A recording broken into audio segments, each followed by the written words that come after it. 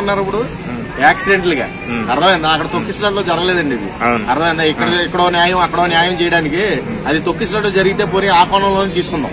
అక్కడ జరిగింది ఏంటి? వెళ్ళిపోతూ ఉండగా గేమ్ చేంజర్ ఈవెంట్ ముగించుకొని వెళ్ళిపోతూ ఉండగా యాక్సిడెంట్ గా జరిగింది కాబట్టి అది అసలు గేమ్ చేంజర్ ఈవెంట్ కి సంబంధం లేదు, అక్కడ జరిగిన సిచ్యువేషన్ కి సంబంధం లేదు.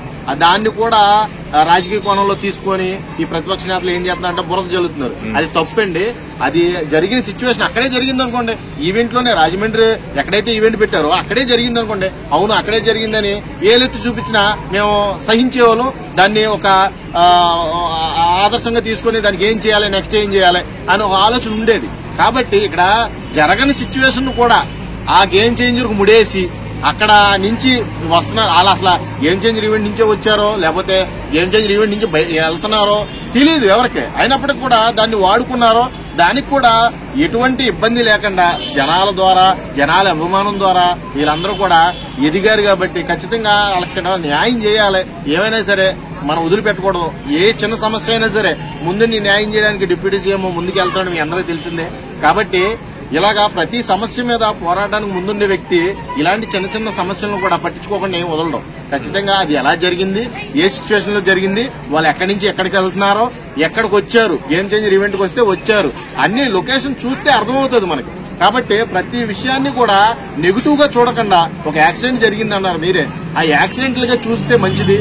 ఇది ఏంటంటే అనవసరమైన టాపిక్ ని హైలైట్ చేస్తున్నారు అనమాట. అనవసరం. ఇక్కడ జరిగింది తొక్కిసలాట్లో జరిగింది, థియేటర్ దగ్గరే జరిగింది ఇక్కడైతే. కాబట్టి దీన్ని అప్పటికే అల్లు అర్జున్ గారు తప్పు లేకపోయినప్పటికీ కూడా దాన్ని అల్లు అర్జున్ గారు రావడం వల్లే జరిగిందని ఓ పాయింట్ అవుట్ చేశారు, క్రియేట్ చేశారు, దాన్ని పెద్ద హైలైట్ చేశారు, పెద్ద హంగామా చేశారు. నేను కాదన్నా ఇక్కడ, ఎందుకంటే విట్నెస్ మనిషి అక్కడికి వెళ్ళాడు కాబట్టి. ఇక్కడ అలా జరగలేదు కదా, ఈవెంట్ లో జరగలేదు కదా, ఈవెంట్ లో అయితే జరగలేదు కదా, ఎక్కడో రోడ్లో జరిగింది. రోడ్లో యాక్సిడెంట్ తిరిగి వెళ్ళిపోతుండగా జరిగింది.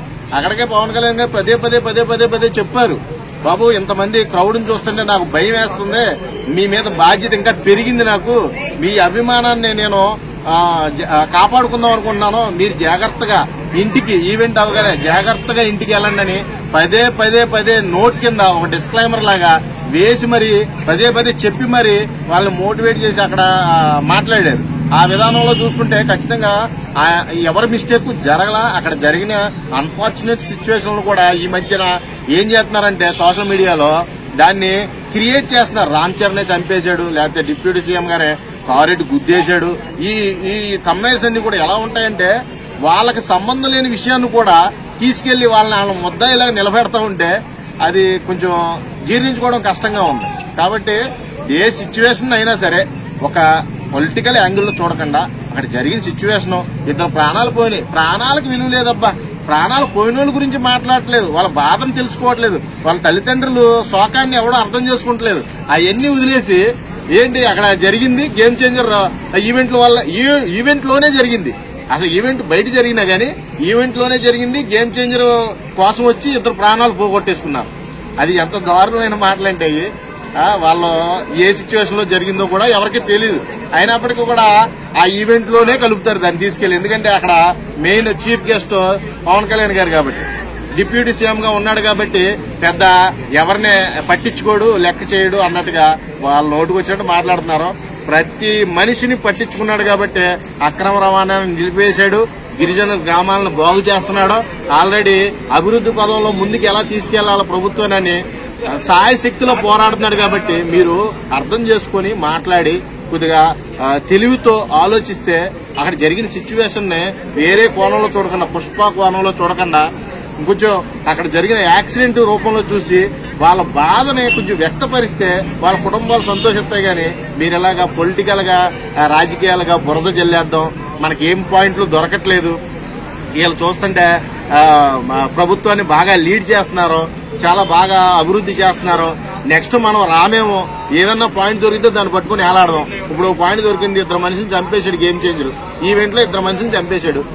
ఇదే పాయింట్. వాళ్ళకి కావాల్సింది ఏంటంటే డైరెక్ట్ గా చంపేసినట్టే, రామ్ చరణ్ గారే చేసినట్టుగా. ఇవన్నీ ఎలా ఉంటాయంటే నిజంగా మాట్లాడుకోవడానికి కూడా చాలా బాధ ఉండాలి, సిగ్గుపడాలి. ఫస్ట్ ప్రాణం పోతే నువ్వు దాని మీద కూడా కాంట్రవర్సీ లేపుకొని దాన్ని కూడా ఒక ఏలకులం చేస్తారన్నమాట.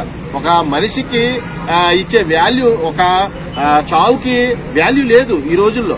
అర్థమైందా? ఆ చావుకు తగ్గ వాల్యూ ఇవ్వాలి, వాల్యూ ఇచ్చి మాట్లాడాలి. వాళ్ళ బాధను కూడా మనం అర్థం చేసుకుని దాన్ని మాట్లాడే విధంగా మాట్లాడితే మంచిదని నా ఒపీనియన్.